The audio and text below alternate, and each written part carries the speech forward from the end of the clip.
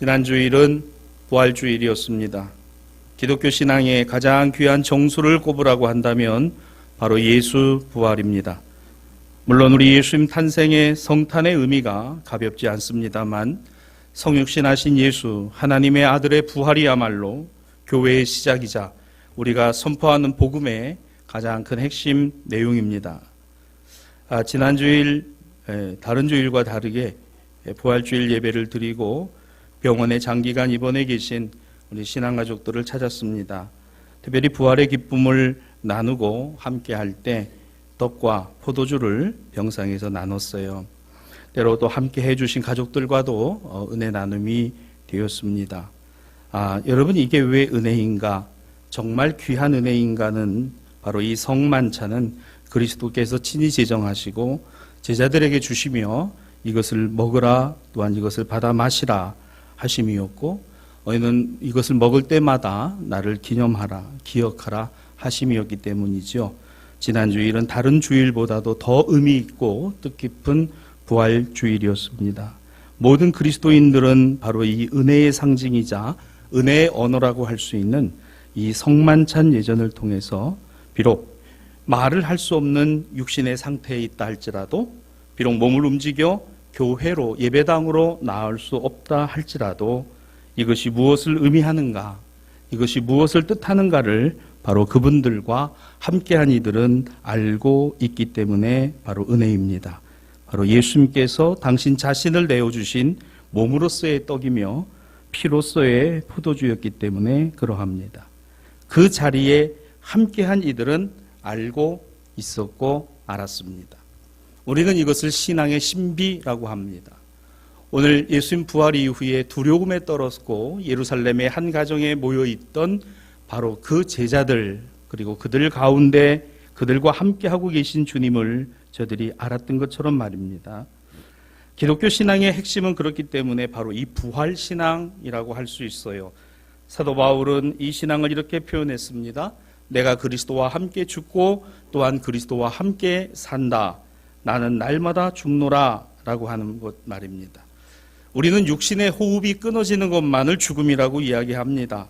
그러나 더 큰 죽음이 있어요. 영적 죽음입니다. 하나님 없이 살아가는 것입니다. 오늘 이 땅에 살아가는 것이 다라고 여기고 사는 것입니다. 초대교회와 우리 기독교 신앙의 전승은 이와 같은 것을 뛰어넘고 있습니다. 왜 그럴까요? 예수 부활하셨기 때문에, 예수 부활하심의 사건이 있기 때문입니다. 사도 바울의 말대로 만일 부활이 없다면 우리 믿음도 헛것이고 신앙도 헛된 것이 될 것입니다. 기독교 복음의 기초가 부활 신앙에 근거하고 있기 때문입니다. 그래서 이 부활 신앙은 크게 세 가지로 살펴볼 수가 있어요. 첫째는 역사적 사건으로서의 부활입니다. 역사적 사건으로서의 부활이 뭔가요? 2000년 전에 오늘 예수님께서 이 땅의 십자가에서 죽으시고 그리고 죽은 지 3일 만에 다시 살아나신 사건. 이것이 허구인가요? 사실입니다. 왜요? 그분의 이름이 있어요.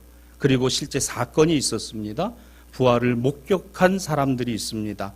예수님의 제자들과 여인들이었고 그 빈무덤을 증거한 이들이 있었으며 갈릴리 호숫가에서 예수님을 만난 제자들이 있었고 부활 승천하시는 자리에 오늘 500문도가 함께 있었고 맨 나중에 만삭되지 못하여 죄인으로 살아가던 바울을 다메섹에서 만나신 주님은 바로 부활의 주님이셨습니다. 여러분, 이게 허구라고요? 이게 거짓이라고요? 이건 역사적인 사건입니다. 실제로 일어난 일입니다. 이것이 첫 번째 부활입니다. 두 번째 부활이 있어요. 종말론적인 사건으로서의 부활입니다. 오늘 이 부활은 예수께서 말씀하신 대로 너희가 본 그대로 내가 다시 오리라. 할렐루야. 오늘 이 말씀을 믿고 살아가나 이미 주님이 이 땅에 오셨으나 아직 다시 오시지 않았다는 것을 바라보며 그 주님 다시 오심을 기다리는 것, 이게 바로 종말론적인 사건이에요. 여러분, 믿는 자들에게 이 세상에는 종국적인 구원이 바로 예수께서 다시 이 땅에 오실 때이니, 우리 성결교회는 우리의 전도 표제 가운데 맨 마지막 네 번째가 재림, 다르시 말해 주님 다시 이 땅에 오심을 믿는 것이니 바로 부활신앙에 기초하고 있는 겁니다. 주님 살아계시기 때문에 다시 오시는 것입니다. 주님 살아계시기에 이 땅에 사한 이들의 그리고 구원으로 오시는 것이죠. 세 번째 부활은 실존적 사건으로서의 부활이 있습니다. 이것은 바로 역사적 사건으로서의 과거와 종말론적으로 일어날 미래 사이에 오늘, 지금, 현재 여기에서 일어나는 부활입니다. 이것을 실존적 사건이다 이렇게 얘기를 해요. 사랑하는 여러분, 날마다 새롭게 주님이 우리와 여기서 함께하고 계심을 믿고 체험하고 확신하는 부활, 이것을 실존적 부활이다 이렇게 이야기합니다. 이게 교회의 자리예요. 이게 바로 성도의 부활신앙입니다. 성도는 과거 2000년 전에 일어난 역사적 부활만을 믿는 게 아닙니다. 그 믿음 위에서 또한 장래 다시 오실 주님을 믿는 것만이 아니에요. 그 믿음을 바라보는 지금 여기에서 오늘 바로 이 순간 말입니다. 나는 그 주님의 부활하심 살아계심을 믿습니다. 여러분, 신앙 고백은 과거가 아닙니다. 신앙 고백은 미래가 아니에요. 신앙 고백은 지금입니다. 여러분 잘 아시잖아요. 사랑 고백이라는 게 내가 옛날에 사랑한다고 고백했어. 그게 감동이 됩니까? 또한 나는 나중에 장래에 당신을 더 사랑할 거야. 이게 여러분 감동이 돼요? 그건 감동이 하나도 안 됩니다. 지금 당신은 뭐라고 이야기를 하는? 나는 지금 당신을 사랑해. 나는 당신뿐이면 돼. 그게 여러분 더 우리 마음에 와닿는 것이죠. 오늘, 지금, 여기서, 현재 말입니다. 역사적인 사건이 지나간 것이라면 종말론적인 사건은 아직 일어나지 않은 것입니다. 그러나 실존적인 사건은 나는 오늘 그 살아계신 주님을 어떻게 믿고 체험하는가입니다. 사실 여러분, 신앙은 좀 형태들이 다 달라요. 우리 개인들이 다르듯이요. 어쩌면 그 사람마다 무엇이 다 다르다 그래요? 생긴 게요? 요새는 생긴 게 별로 다르지도 않아요. 비슷하게 수술을 하니까 다 비슷비슷해요. 근데 정말 다른 게 있습니다. 뭐가 다릅니까? 지문이 다릅니다. 비슷한 사람은 있어도 사람의 지문은 다 달라요. 그래서 이 지문 인식 기술을 가지고 지금도 휴대폰을 열죠. 여러분 어떤 휴대폰은 이 지문을 가지고 합니다. 제 휴대폰 같은 경우도 모든 은행 거래를 다 지문으로 해요. 이 휴대폰으로 다 합니다. 왜? 이 지문이. 그래서 저하고 같이 사는 그 여인도 지문을 눌러도 안 돼. 왜? 다르니까. 그거 다릅니다. 여러분, 이것 자체가 주고 있는 의미가 무엇입니까? 여러분, 신앙도 다 달라요. A 집사의 신앙이 다르고 B 권사의 신앙이 다릅니다. 그 다르다는 얘기는 믿음이 다르다는 게 아니라 믿음의 표현이 다르고 신앙의 양태가 다르다는 거예요. 우리 지난 사순절 기간에 교회, 우리 베다니 교회 봤죠? 마르다 같은 분도 있고 마리아 같은 분도 있고 나사로 같은 분도 있는 게 뭐라고요? 그게 교회입니다. 다 일률적이지 않아요. 다 똑같지 않아요. 신앙의 양태가 같을 것 같습니다만 다 다릅니다. 어떤 분은 표적을 중요하게 생각합니다. 이적이 나타나는 것을 신앙으로 보기도 합니다. 그런데 또 어떤 분들은 그 표적을 별로 중요하게 생각하지 않는 분들도 있습니다. 약한 신앙도 있어요. 강한 신앙도 있습니다. 피상적인 신앙이 있는 반면에 깊이 있는 신앙도 있습니다. 성장하고 있는 신앙이 있는 반면 주저앉아 있는 신앙도 있습니다. 다 다릅니다. 그래서 다 다르기 때문에 말씀을 받아들이는 게 다르고 그 말씀을 받아들여 표현하는 신앙의 모습, 믿음의 모습이 다 다를 수밖에 없는 것입니다. 요한복음은 이와 같은 내용을 설명하고 있어요. 다르다는 거예요. 매번 상황에 따라서도 다르고 그리고 그 보여지는 모습도 다르다라는 것입니다. 여러분, 부활에 관하여 가장 기쁜 소식이 오늘 말씀이 끝난 다음에 어떤 사람이 소개되는 것이 더 자연스럽습니까? 이 부활의 신앙을 받아들이고 정말 그 예수님 위해서 목숨 던져서 살아가겠다는 이런 분들의 기록이 나오면 훨씬 더 자연스러울 것 같은데 떡하니 오늘 여기 20장에는 그 많고 많은 제자 중에 도마, 잘 등장하지 않는 디두모라, 쌍둥이라 불리우는 이 도마가 등장을 하고 있어요. 여러분, 여기에서 우리는 한 번 더 생각해 봐야 합니다. 주는 그리스도시요 살아계신 하나님의 아들입니다. 이 위대한 신앙 고백을 했던 베드로, 그의 민낯을 우리는 복음서를 통해 잘 보고 있어요. 그도 성령 받기 전에는 아무것도 아니었습니다. 도마를 볼까요? 도마는요, 별로 성경에 드러나지 않는 사람입니다. 그런데 이 마지막에 오늘 예수님 부활 사건이 일어난 다음에 교회가 시작되는 그 징검다리에 요한복음은 도마를 기록해 놓고 있어요. 왜 도마를 기록했을까? 여러분, 오늘 저는 여러분과 함께 이 부분을 중심으로 살펴보려고 합니다. 마지막 회심, 마지막 주님의 제자로서 성령을 받게 된 사람, 바로 도마입니다. 그에게는 항상 이런 수식어가 붙어 있어요. 우리가 늘 부르는 이름, 의심 많은 제자 도마. 의심 많은 제자 도마라고 말입니다. 그리고 우리는 더 나아가서 의심 많은 이 수식어를 이렇게 해석합니다. 믿음이 적거나 믿음이 없다라고 말입니다. 그래서 의심 많은 제자 도마 이러면 믿음이 약하고 믿음이 없는 제자다라고 우리는 흔히 그렇게 평가합니다. 그런데 과연 그런가요? 한번 보도록 합시다. 여러분, 도마의 성격을 먼저 보겠습니다. 요한복음 11장 11절에서부터 이하 16절까지 말씀에 이 도마가 등장을 해요. 베다니 마을의 나사로 집에 나사로가 죽고 난 다음에 오늘 그곳에서 기별이 왔어요. 오라비가 죽게 생겼다고 예수님 빨리 가실 수도 있는 걸음에 있었으나 예수님 빨리 가시지 않았습니다. 그리고 결국 이 나사로가 죽었어요. 그리고 예수님 뭐라고 말씀하세요? 우리 친구 나사로가 잠들었다라고 이야기를 합니다. 말씀 띄워주세요. 나사로가 잠들었다라고 이야기를 하는데 오늘 제자들이 들을 때는 참 황당하기 짝이 없는 내용이에요. 그러면서 예수님께서 그 제자들에게 또 이렇게 얘기하세요. 나사로가 죽었느니라. 아니, 그걸 누가 모르는 사람이 어디 있어요? 그 자매들이 남매들이 보내서 예수님 좀 빨리 와달라고 이야기를 했는데도 예수님 자일 피일 미루시고 지체하더니 결국 죽고 난 다음에 잠들었다 하시고 이제서 그게 잠든 게 맞느냐 하니까 죽었다라고 이야기를 하시니 제자들이 생각하면 생각할수록 부화가 나는 거지. 이게 대체 이게 무슨 말씀인가? 그러면서 뭐라 하십니까? 너희로 믿게 하려 함이니 이제 그에게로 가자. 가자, 그에게로. 가서 어쩌라고요? 장례도 이미 다 치러놓고 다 끝나고 거기 가서 뭐 하시겠다는 겁니까, 주님? 예? 죽기 전에 가야지. 신방을 오려면 죽기 전에 와야지. 죽은 다음에 신방 오면 무슨 소용이 있느냐라고. 맞아요, 여러분들 말이. 살아있을 때 얼굴 한번 더 보고 신방 오는 거지. 죽은 다음에 와가지고 장례 잘 치르면 그 무슨 소용이 있겠어요? 부모님 살아계실 때 말이지 얼굴 한 번이라도 더 보이고 맛있는 거 사드리지 돌아가신 다음에 캐딜락 태우면 뭔 소용이 있어요? 그렇게 얘기를 하는 거예요. 지금 내 얘기가 아니고 여기 도마가 그렇게 얘기를 한다 그 얘기입니다. 16절입니다. 디두모라 하는 도마가 다른 제자들에게 말합니다. 우리도 죽으러 가자. 여러분, 신약신학자들은 이 본문에 대해서 두 가지 해석을 하고 있더라고요. 우리도 죽으러 가자라고 이 도마가 왜 이 이야기를 했는가? 하나는 이거예요.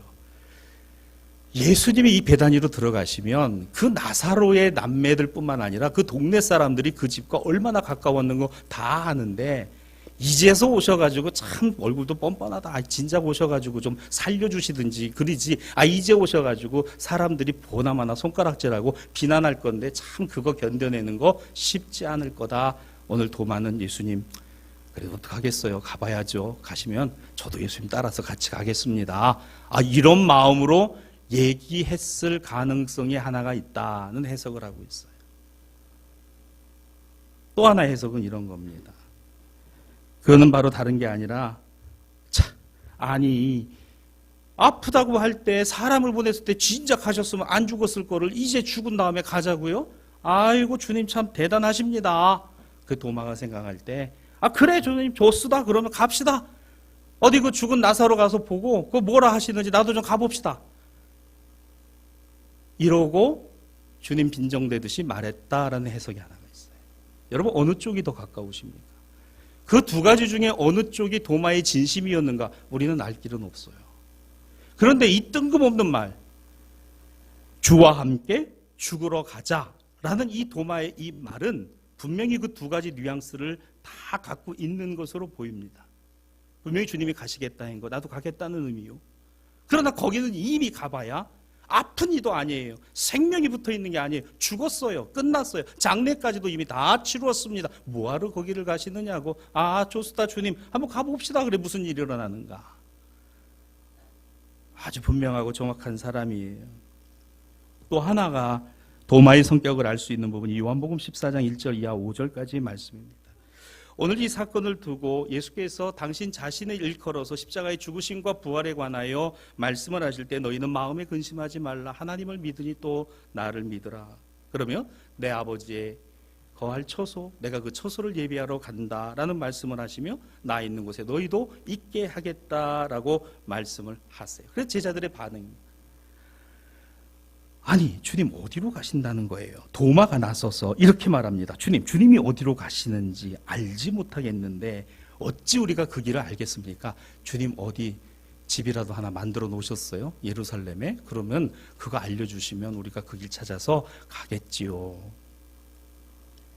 전혀 다른 해석을 하고 있어요. 지금 도마는 주님이 무슨 처소 집을 만들고 가신다? 집이 있다? 아니 우리 몰래 어디 그 부동산을 갖고 계시는가? 예루살렘에 대저택이라도 하나 가지고 계시는가? 그럼 거기 어디라고 알려주시면 우리가 거기 가겠지요. 이렇게 해석을 했어요. 주님은 이거 그렇게 해석하시는 게 아니잖아요. 하나님 나라, 하늘나라. 오늘 그걸 말씀하고 계시는데 철저하게 도마는 이거를 자신의 삶의 오늘 현세적인 것으로 이해했다는 겁니다. 사랑하는 여러분, 신앙은 현세적인 것만이 아닙니다. 영적인 것이에요. 당신의 영혼이 죽으면 다 끝입니다. 육신이 끝난다 끝나는 게 아니에요. 그냥 육신으로만 해석을 하는 거예요. 그냥 육신으로만 받아들여요. 오늘 이것이 도마의 모습이었고 도마가 그렇다고 해서 믿음이 없다, 오늘 그가 문제가 있다 그렇게만 말하기에는 전혀 그렇지 않다는 겁니다. 본문 25절입니다. 오늘 그 예수님의 부활을 보았던 제자들, 그 예수님의 부활의 음성을 들었던 제자들, 그 예수님의 못 박히신 손을 보았던 제자들, 왜 그 자리에 도마가 없었는지는 몰라요. 그러나 분명히 그 자리에 도마는 없었습니다. 그러면서 제자들이 말합니다. 아이고 어디 갔다 이제 왔어. 예수님 다녀가셨어. 부활의 주님. 뭔 소리 하는 거야. 내가 며칠 전에 죽은 거 똑똑히 봤는데 니들도 봤는데 무슨 소리 하고 앉았냐고. 몰라? 여기 오셨었어. 너에게 평안이 있을지어다 그 얘기를 하시고 당신의 손과 발을 보여주셨는데 너 어디 가고 그거 있어. 내 말 못 믿어? 내가 네 말을 어떻게 믿어? 여러분 사람 말 그렇게 잘 믿으세요? 잘 그렇게 믿으십니까? 잘 안 믿잖아요. 이게 믿어져요? 도마는 절대 그렇게 믿는 사람 아닙니다. 그걸 어떻게 믿어요? 도마가 말합니다. 내가 그의 손의 못자국을 보며 내 손가락을 그 못자국에 넣고 내 손을 옆구리에 넣어보지 않고는 나는 믿지 않겠다. 다른 제자들이 예수님 부활한 사실을 증거할 때 도마는 자기는 난 본 바가 아니야. 난 만난 적 없어. 나는 그거 직접 체험하지 않았어. 얘기하면 맞아요. 도마 입장에서 그는 명확하고 분명한 사람이에요. 하나 더하기 하나가 둘이 나와야 되고 서론이 있으면 본론이 있고 결론이 있어야 되는 사람입니다. 그의 성격은 우리가 앞에서 본 것처럼요. 얼토당토한 이야기하는 사람 아니에요. 아주 철두철미하고 분명하고 정확한 사람이 도마입니다. 그래서 의심이 많아요. 정말 그런가? 돌다리인데도 시멘트 다리인데도 두들겨 보고 건너가는 거 그게 바로 도마입니다. 때로는 우리의 신앙과 믿음이 그래요. 정말 그렇습니까? 도마는 생각했어요. 오늘 무엇보다도 이 예수님이 다시 살아나셨다? 말로만 그들이 그렇게 말을 하는 그게 믿어지는가? 절대 믿어지지 않습니다. 정말 그랬나? 정말 그거야? 정말 사실인가? 솔직히 도마는 나는 아니면 아닌 거예요. 여러분 교회 안에도 그런 분들이 있습니다. 아니면 아닌 거예요. 아무리 목사가 어떤 이야기라고 말을 해도 내가 아니면 아닌 겁니다. 때로 이런 분들이 믿음이 없는 것처럼 보여요. 신앙이 없는 것처럼 보입니다. 그러나 과연 그렇다라고 할 수 있을까? 여러분 봅시다. 구약에서 어쩌면 믿음이 없는 사람처럼 보이지만 진짜 믿음의 사람, 그 어렵고 힘든 상황 중에 정말 믿음을 다 버릴 것과 같았는데 그 믿음 버리지 않고 끝까지 붙든 사람 누구요? 욥입니다. 여러분, 욥이 처음부터 끝까지 나는 하나님 믿습니다. 믿습니다. 그냥 자식이 믿습니다. 그냥 자식 또 주실 줄 믿습니다. 그냥 재산 다 날아간 다음에 하나님이 갑절로 주실 줄 믿습니다. 그러고 기도했어요? 아내가 저주하고 도망갈 때 육신의 병이 나서 뻑뻑 돌 갖고 긁으면서 믿습니다. 그냥 나을 줄 믿습니다. 그냥 이렇게 기도하던가요? 그게 믿음이에요, 여러분? 잘 들으세요. 그게 믿음 아니에요. 여기 뭐라고 합니까? 하나님, 이게 뭡니까 도대체? 주신 자도 여호와시고 취하신 자도 여호와십니다.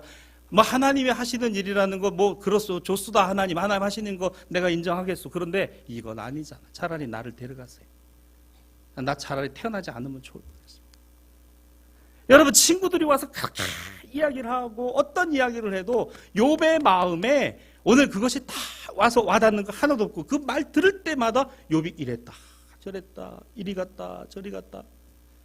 그러면 하나님을 향하여서 원망하고 하나님을 향하여서 주먹질을 하고.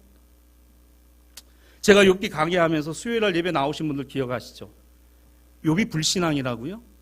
하나님 향해서 주먹질하고 하나님에서 이게 뭡니까? 라고 하나님 앞에 항변하는 게 그게 불신앙이라고요? 천만에요. 하나님 계신 거 아는 겁니다. 하나님 살아계신 거 아는 거예요. 그러니까 원망도 하는 겁니다. 그러니까 하나님 향해서 주먹질하는 거예요. 이게 뭡니까? 라고. 아예 하나님 안 계시다고 믿으면 하지도 않아요. 고아원의 아이들이 왜 불쌍한지 아십니까? 이 아이들은 자라면서 자기들의 부모가 없다는 걸 알아요. 고아원에 가서 함부로 교회에서 어떤 뭐 봉사를 하고 살펴주는 일 하다 조심해야 합니다. 고아원들도 요새 그런 거 잘 안 한다 그래요. 왜? 왔다 가고 나면 후유증이 너무너무 큰 거예요. 왜? 와서 사랑해주고 살펴주고 쓰다듬어주고 발 씻겨주고 목욕시켜주는 거 그때뿐이지 저분들은 왔다 가는 사람들이지 내 부모 형제 아니라는 거 잘 알기 때문에 그래요. 사랑하는 여러분, 우리 품 안에 두고 있는 자식들이 왜 자식인지 아십니까? 부모인 거 아는 거예요. 멀리 떨어져 있어도 아는 겁니다. 하나님은 살아계시고 우리 아버지시라고 그러잖아요. 아버지 왜 이렇게 하시는 거예요 도대체? 이게 차라리 낫지. 아버지 아니야. 저 없어. 아버지는 세상에 있어. 세상에. 돈이 아버지고 권력이 아버지고 여당 원내 총무가 아버지가 야당 원내 총무가 아버지. 뭐 하는 짓인가? 뭐 하는 거야? 그거 보던 거예요. 그거 그냥 돈 많고 물질 많고 그게 그냥 그거지. 이거 상관없어요. 그게 그러면 교회를 다녀. 그러면서 신앙을 가졌대. 그러면서 믿습니다 그러고 아멘 이러고. 사랑하는 여러분, 그게 신앙인 줄 아십니까? 그거 갈 것 같으세요? 끝까지? 한번 여러분 한번 보실래요? 가는가? 절대 못 갑니다. 예수께서 십자가에 달리실 때 다 받아들이겠습니다라고 예수님 말씀하지 않으셨어요. 엘리 엘리 라마 사박다니 나의 아버지 어찌하여 나를 버리시나이까? 어찌하여 나를 버리시나이까? 하나님 쪽팔려 죽겠습니다. 하나님 이게 뭡니까? 이렇게 살아가라고 하시는 겁니까? 예배당에 나와가지고 가슴을 치면서 하나님 앞에 기도하고 통곡을 하면서 기도하는 그게 신앙이고 그게 믿음이라고 여러분 아세요? 그게 신앙이고 그게 믿음이라고. 도마요? 얼마나 믿음이 좋은 사람인지 몰라요. 왜? 정확하고 분명하고 내 눈에 보이고 체험해야 되고 알아야 되는 거 이런 것도 없이 그저 믿습니다. 그저 고개 숙이면 그냥 졸면서도 설교하면 아멘 아멘 고개 그냥 끄덕끄덕. 뭘 듣고 가냐? 뭘 들었어? 그럼 몰라 그냥 왔다 가지 뭐 왔다 가니까 복 받는 거지 뭐. 그래 그것도 믿음은 믿음이요. 그런데 어려움이 닥칠 때, 힘든 일이 올 때, 시험이 올 때, 낭패를 당할 때, 가슴이 찢어지고 눈물이 날 때, 당신들의 신앙이 어디 있어요? 여러분 우리 신앙이 어디 있느냐 말이에요. 그때 우리 신앙. 저는 요한이 오늘 자신의 복음서에 예수 부활의 사건 다음에 이 도마의 이야기를 집어넣고 있다는 것에 굉장한 의미가 있다고 생각합니다. 그가 믿음이 좋은 사람으로 보여집니까? 아닙니다. 의심 많은 사람으로 보여지고, 오늘 이 도마가 앞선 제자였습니까? 절대 그렇지 않았어요. 오늘 제자들의 이야기 속에 도마는 몇 번 등장하지도 않는 제자입니다. 오늘 그는 분명하고 정확한 것을 보기를 원했어요. 나는 만져봐야 되겠다. 나는 느껴봐야 되겠다. 나는 내 눈으로 봐야 되겠다. 라고 말입니다. 사랑하는 여러분, 우리도 그러기를 바랍니다. 주님, 우리 가정을 통해서 보기를 원합니다. 주님, 우리 자녀를 통해서 보기를 원합니다. 주님, 내 생업을 통해서 보기를 원합니다. 주님, 살아계시다면 역사해 주세요. 주님, 이루어 주시옵소서. 우리 목사님은 맨날 믿으라 그러는데 나는 못 믿겠어요. 난 안 믿어져요.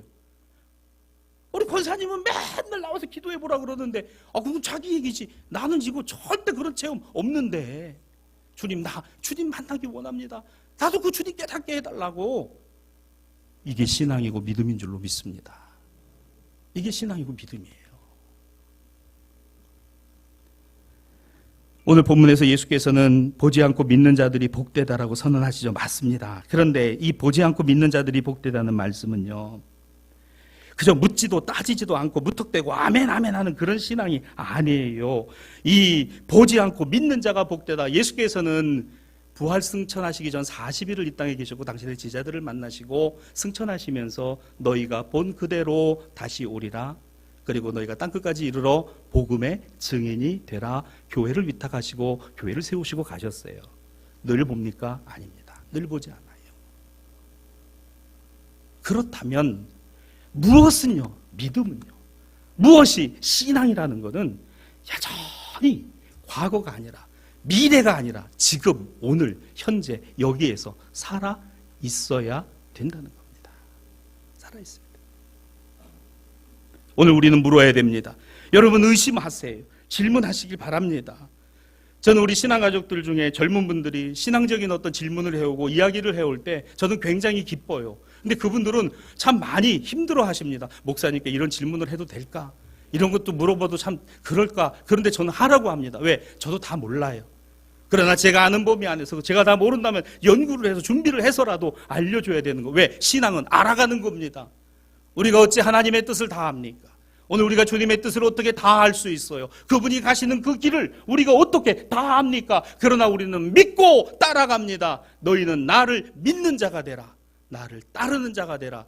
자기 십자가를 지고 나를 따를 것이니라. 예수님 말씀 믿고 가는 거예요. 주님의 제자입니다. 하나님이 그 길에 함께하고 계시고 하나님이 그 길에 동반자가 되어주심을 믿으십니까? 오늘 그 하나님이 우리의 아버지십니다. 우리 하나님의 자녀예요. 이런 은혜와 축복이 부활 후 두 번째 주일을 살아가는 우리 대사의 신앙가족들에게 있게 되기를 주님의 이름으로 축원합니다. 또 하나 살펴볼 것은 도마는 무척이나 철저하고 타산적이며 현실적인 사람이었어요. 다른 거는 몰라도 주님이 보이지 않고 주님이 안 계시다라고 하는 그 상황을 부정하지 않았습니다. 쉽게 말하면 이런 거예요. 만난 적도 없고 본 적도 없는데 다른 사람들이 나 주님 만났는데 나 주님이 나한테 당신의 십자가에서 이게 못 박히신 거 보여주셨어. 근데 도마는 정작 만난 적이 없어. 근데 분위기를 보니까 99명이 다 그렇대. 그러니까 나도 그래 그런 거 같으네. 맞아 그래. 여러분, 그거 신앙 아닙니다. 처음에 교회에 오셔서 초신자들이 교회에서 신앙생활할 때 뭘 보고 합니까? 교리를 따라서? 교육자의 지도를 따라? 그게 합리적이죠. 그러나 그분들에게 가장 영향을 미치는 게 누군지 아십니까?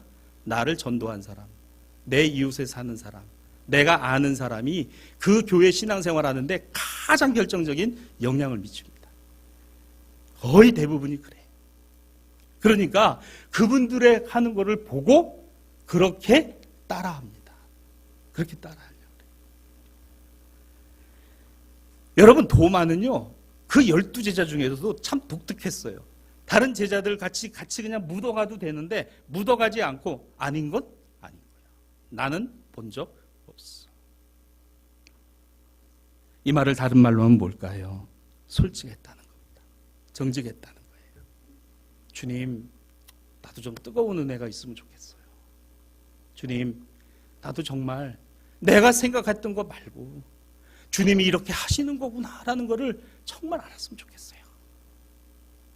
뭔가 이 나만이 아는, 나와 주님만이 아는 그 결정적인 그 무엇인가가 다른 누가 이야기를 하지 않아도 나에게만은 그것이 꼭 있었으면 좋겠어요. 여러분 보세요. 오늘 본문 26절에 보면 부활의 주님이 제자들을 만난 시간과 그 자리에 있지 않았던 도마가 예수님을 만나기까지 걸린 시간은 여들의 8일이었습니다. 8일. 그 8일 동안에 도마는 무슨 생각을 했을까? 제자들이 여러분, 아이고 오늘도 도마가 없었네. 너 어디 갔었냐? 예수님 다녀가셨는데. 참 들을 때마다 이건 좀 아니잖아. 왜 하필이면 내가 없을 때 주님이 왔다 가시는 거야? 도대체 이 집에는. 아이고 하필이면 내가 바빠 죽겠는데 그때 부흥해가지고 은혜 다 받았다네. 아, 왜 하필이면 그때 또 특별기도 해가지고 내가 직장인 때문에 바쁜데 말이지. 다른 사람은 은혜 받아갖고 다들 좋다 그러는데 나만 이게 뭔가. 8일 동안의 도마는 아니 주님 뭐 저 친구들만 저렇게 만나주시고 나는 왜 안 만나주시는 하루, 이틀, 사흘, 나흘, 닷새, 엿새, 일에, 여덟에, 일주일하고도 하루, 안식일이 한 번 지나고도 하루. 8일. 여러분 어떤 분들에게는 한 주간이 빨리 가는지 모르지만요. 어떤 분들에게는 그 한 주간이 정말 더디게. 그런데 그 8일이라는 시간을 지나면서 도마의 마음속에는 이 의구심, 정말 진짜? 그런데 중요한 건 그 8일째 여드레가 지나서 제자들이 다시 집안에 있을 때 도마도 함께 있고 라는 말씀이 나옵니다. 그러니까 8일이 지났는데 비로소 거기서 주님을 도마가 만나게 되는데 그 8일 동안은 도마가 모든 것을 정리하고 포기하는 시간이었을 겁니다. 아유, 나는 아닌갑다. 그래, 뭐 베드로나 다들 만났으니까 좋지. 뭐 그래, 나는 아닌데. 8일이라는 시간. 사랑하는 우리 신앙가족 여러분, 우리가 기도하면서 하나님의 뜻을 구하고 하나님 이루어 가시기를 바라는 우리의 시간이요 8시간 후에, 8일 후에, 8주 후에, 8달 후에, 8년 후에, 18년 뒤에, 아니면 80년 뒤에라도 그 시간까지를 오늘 지금 현재 여기서 주님이 그리스도시요 우리 구주이십니다라고 믿을 수 있으시겠어요? 있게 되기를 주님의 이름으로 축복합니다. 그게 교회입니다. 8시간 뒤에 이루어질지, 8일 뒤에 이루어질지, 8주 뒤에 이루어질지, 18년 뒤에 이루어질지. 그런데 분명한 게 있어요.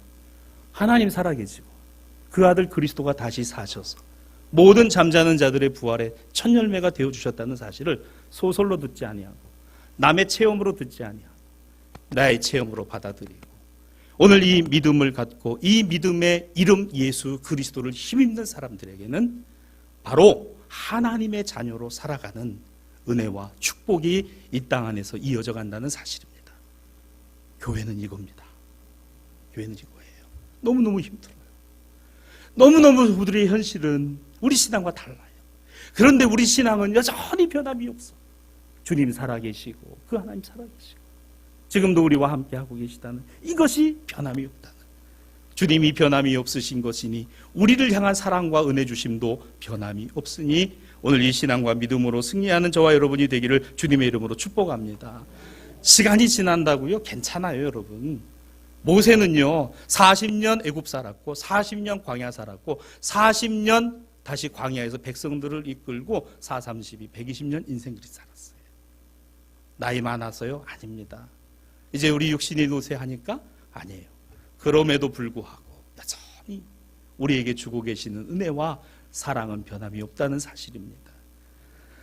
부활하신 예수님이 바로 우리와 함께하고 계시는, 그래서 그 주님 앞에 도마가 비로소 무릎을 꿇어요. 나의 주님이십니다. 나의 하나님이십니다. 참 신앙 고백도 간결해. 여러분 다른 뭐 이것저것 붙이지 않은 나의 주님, 나의 하나님, 내가 믿는 하나님이 바로 예수님이십니다. 나의 주님, 나의 하나님. 내 주님은 살아계셔 지금도 우리의 기도에 응답하시고 우리 가정과 우리 삶을 붙들고 가신다는 것을 믿으시기를 바랍니다. 오늘 이 믿음이 여러분의 삶 안에서 하나님의 역사가 되고 하나님의 영광이 될 줄로 믿습니다.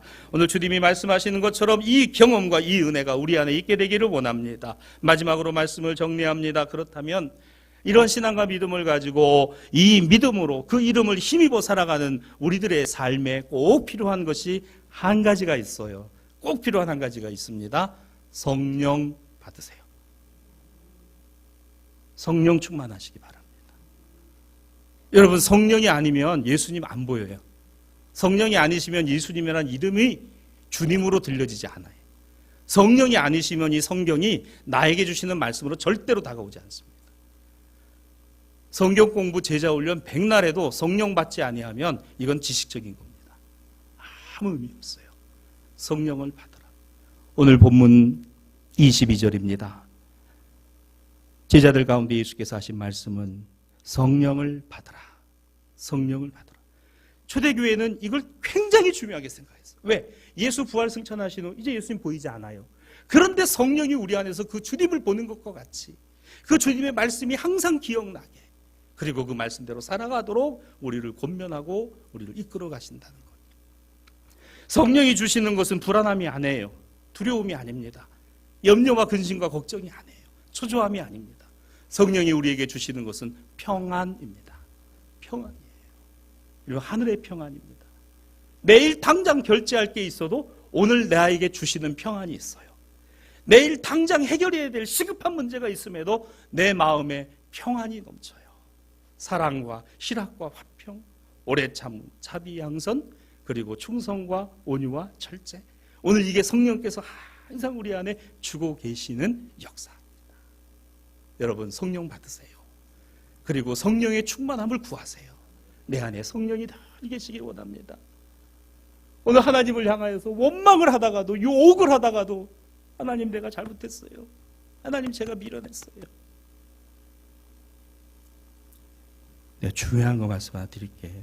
회개는요, 잘못한 게 있는 사람이 하는 겁니다. 자기가 잘못했는데도 나 잘못한 거 없다고 이야기하면 그건 나쁜 놈이에요. 회개는 내가 잘못한 거 있는 거 아는 겁니다. 안다는 얘기는 용서받을 길이 어디에 있다는 것을 안다는 거예요. 여러분, 주님은 그런 분이십니다. 말씀을 정리합니다. 성령을 받으라. 성령을 받으라. 초대교회는 이 성령을 힘입어서 성령의 능력으로 오늘 예수를 그리스도로 증거하고 복음의 증인으로 살아갔습니다. 마가 요한의 다락방에서 오순절 예수님 부활 승천하신 후 예수님이 부활하신 후에 승천하시고 열흘이 지나 50일째 되는 날 마가 요한의 다락방에서 성령의 충만함을 힘입은 예수님의 사도들과 초대교회 성도들은 예루살렘에 나아가 예수가 그리스도라 주님이라 증거하는 역사적 교회, 다시 말하면 전도하는 교회를 세웠으니 사랑하는 여러분, 우리가 나아가서 띠두르고 교회 소개하는 것이 전도가 아니라 여러분의 삶의 자리에 가서 예수님을 증거하는 게 전도요. 내가 만난 주님, 내가 만난 주님, 내가 만난 주님을 그분들에게 소개하고 그분들에게 주실 때 그분들 마음속에 나도 저 주님이라는 분을 만나고 싶다, 나도 저 주님이라는 분을 좀 알고 싶다는 마음이 일어나는 것이 전도인 줄로 믿습니다. 여러분, 그런 삶을 살아갈 수 있기를 주님의 이름으로 축복합니다. 오늘 이 신앙과 믿음은 그러므로 우리에게 믿고 그 이름을 힘입어, 이건 단 하나, 예수 그리스도 부활의 주님, 그 부활의 주님. 그래서 교회는 세상과 이렇게 달라요. 그래서 이 부활주일이 그렇게 중요하고 그렇게 소중한 것입니다. 이 부활의 신앙으로 여러분의 마음이 풍성해지고 여러분의 삶이 보다 더 아름다워지고 여러분의 삶의 자리가 그 주님의 풍성함과 아름다움으로 더욱더 복되기를 주님의 이름으로 축원합니다. 여러분을 통해서 주님이 여러분의 이웃을 변화시키고 이 땅을 변화시킬 것을 믿으십시다. 주님이 여러분을 사랑하십니다.